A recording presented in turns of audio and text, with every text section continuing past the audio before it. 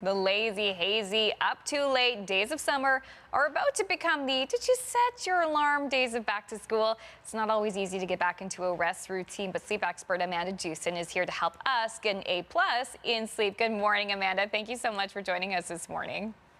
Good morning. Thank you for having me. Let's start with why it is so vital for students to get a good night's sleep. Well, as students are headed back to school, there's a few things that they need to keep in mind. And the first thing I think of when I think of back to school are tests and exams. And we actually have a lot of really cool evidence about how sleep helps our memory. In 2019, researchers looked at students in university to see how they retained information. And students who are napping between study sessions not only recalled the information in the short term for the test, but a week later. So, which is really cool because, as a student myself, I think that the students napping in the library were like, oh, you're not working as hard as I am. Turns out they're the smart ones. We should all be napping between our study sessions. Then we need to be thinking about our attention and focus. I was an educator for 10 years. I could tell immediately the kids who weren't sleeping. They're not able to follow instructions in class, follow the lessons, and feel connected to the day. So that attention and concentration is key. Finally, for our little folks, behavior matters. We looked at over 10,000 students in a 2013 study, and we found that kids who were sleeping more had less run-ins with teachers and principals and did better in school overall. So sleep is impacting all three of those big things that students are going to need in the classroom. And for such a wide age range as well. So what do you Mm. recommend? What are the first steps both students and maybe parents and guardians should take when it comes to, oh, we've had such a wild summer, how to get back on schedule? Yeah, I mean, I am such a sleep surgeon in my house, obviously. And even us, we're staying up late, we're waking up late, we're into the hot, hazy summer days. But what people want to do immediately is, oh no, we have to move back really quickly. But that's a really bad idea. You want to move back really slowly and steadily, no more than 1 hour at a time. So if you've been going to bed at 11 or 12, you're going to move your bedtime back to 10 or 11. If you want to go earlier than that, once you're falling asleep easily at that hour earlier time, then I'm going to ask you to pull back slowly and incrementally by 15 minutes at a time. But that also, on the other side of pulling back your bedtime, you're going to have to wake up earlier as well. So, don't sleep in and then try to go to bed early. You're just not going to feel tired enough. So, you're also on the other half going to need to wake yourself up early as well. Okay, that's good advice. How long should we be sleeping for? Like what are we aiming for students?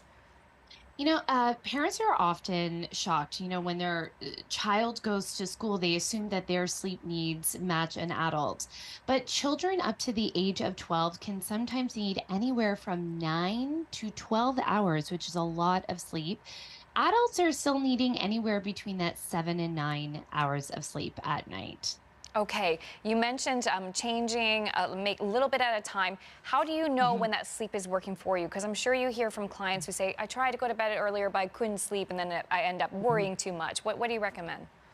Well, actually, this is why we recommend not pulling back too quickly because what can happen is folks can develop behavioral insomnia, that they start to associate their bed with a place that they don't want to be sleeping in. So, if you put yourself to bed too early, or even, you've moved your sleep back by an hour, you find yourself laying in bed, laying in bed, laying in bed, and that's repeating every night. What I want you to do is go to bed at your regular time and really, really, really slowly move back. You're going to move back in those 15-minute increments until falling asleep is easy.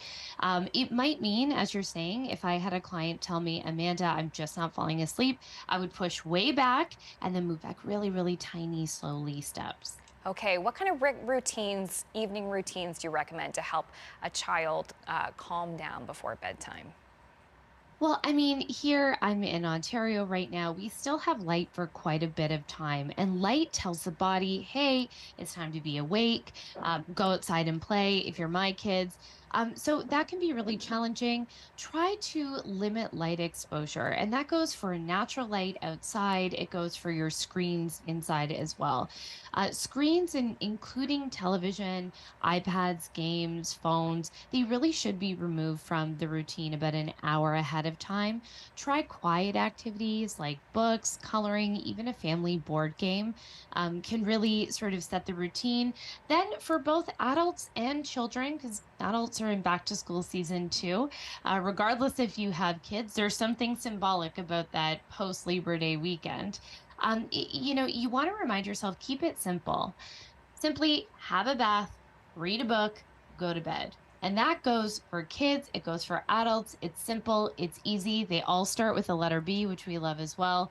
And you can implement that literally tonight. Well, you could also call me Sleep Sergeant Amanda, because that's exactly what I do before bed every night.